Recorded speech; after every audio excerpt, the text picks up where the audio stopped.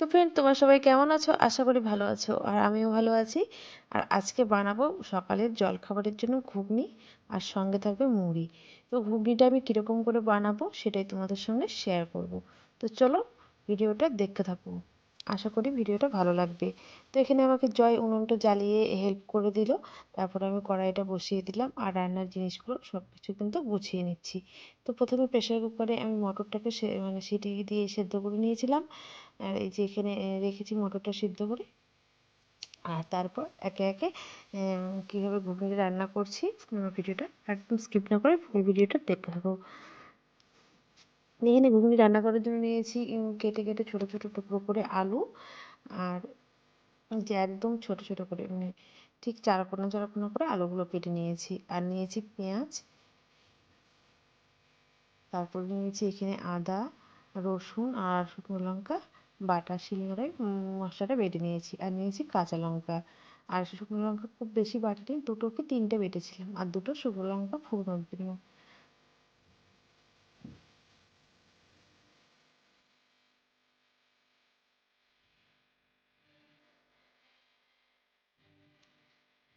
আর নিয়েছি ধনেপাতা।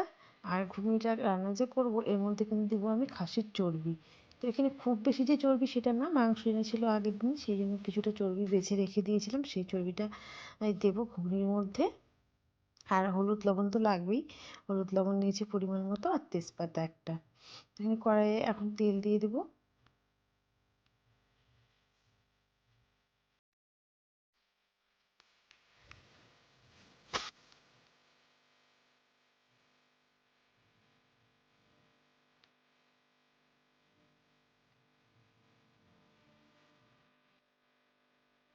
তেল গরম হয়ে গেছে, এবারে দিয়ে দিলাম তেজপাতা আর কেটে রাখা পেঁয়াজগুলো। এবার দিয়ে দেবো পেঁয়াজ, তার আগে দিয়ে দিলাম কাঁচা লঙ্কা।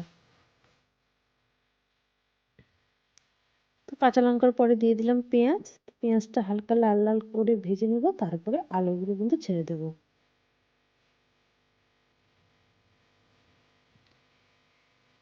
তারপরে এর মধ্যে কিন্তু খাসির চর্বিটাও দিয়ে দিলাম, আর চর্বিটাও ঠিক চারকোনা চারকোনা করে ছোট ছোট করে কেটে নিয়েছিলাম। তারপরে দিয়ে দিলাম লবণ, হলুদ দিয়ে একটুখানি ভেজে নেব। তাহলে চর্বিটাও ভাজা পড়বে, কাঁচা গন্ধটা কিন্তু একদম থাকবে না।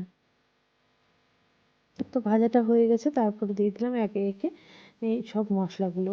তো প্রথমে দিলাম বাটা মশলাগুলো, আদা, রসুন আর লঙ্কা।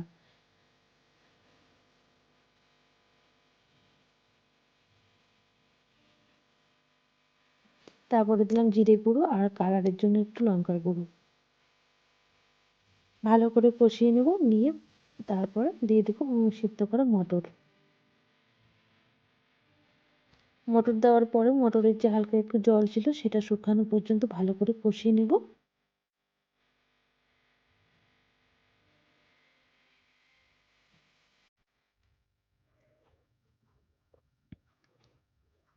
তো কষানো হয়ে গেছে, এবারে পরিমাণ মতো জল দিয়ে দিলাম।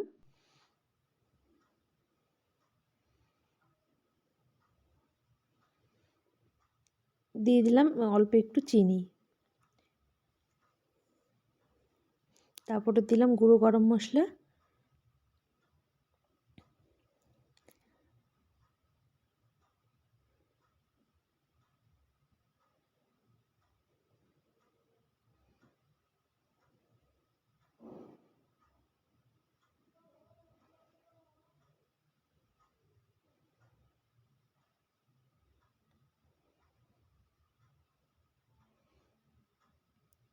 তারপরে দিয়ে দিলাম কেটে রাখা ধনেপাতা। একটুখানি ঢেকে রাখবো, তারপর নামিয়ে নিলেই রেডি ঘুগনি। তো ঘুগনি রান্না তোমরা হয়তো বলতে পারো যে ঘুগনি রান্না এটা আবার দেখানোর কী আছে। হ্যাঁ, আমরা কম বেশি সবাই সব কিছু রান্নাই জানি, কিন্তু এক একজনের রান্না কিন্তু এক এক রকম হয়। তো আমি কিভাবে রান্নাটা করি সেটাই তোমাদের সঙ্গে শেয়ার করলাম। ভালো লাগে লাইক করো, আর কমেন্ট করে অবশ্যই বলো রান্নাটা কেমন হয়েছে।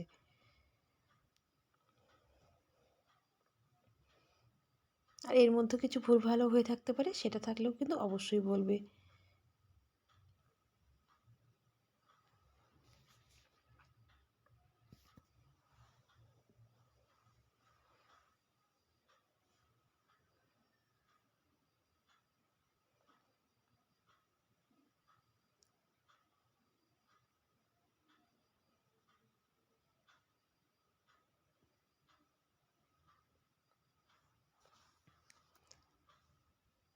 তো ঢাকাটা নামিয়ে নিলাম, একদম ঘুগনি রেডি হয়ে গেছে, এবার উনুন থেকে নামিয়ে নেব।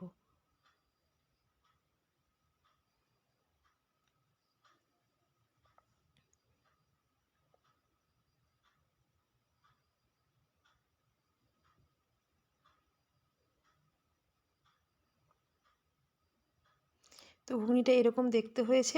আর চর্বিটা আগে দেওয়ার জন্য অনেকে ভাবতে পারো যে চর্বিগুলো হয়তো গলে যাবে, এটা কিন্তু একদমই না, একদমই একটা চর্বিও গলেনি, সব গোটা গোটা ছিল আর খেতে কিন্তু খুব সুন্দর হয়েছিল। আর চর্বিটা আগে দেওয়ার কারণ চর্বিটা হালকা ভাজাও পড়বে আর হালকা একটু চর্বিটা গললে টেস্টটা কিন্তু বেশি হয়।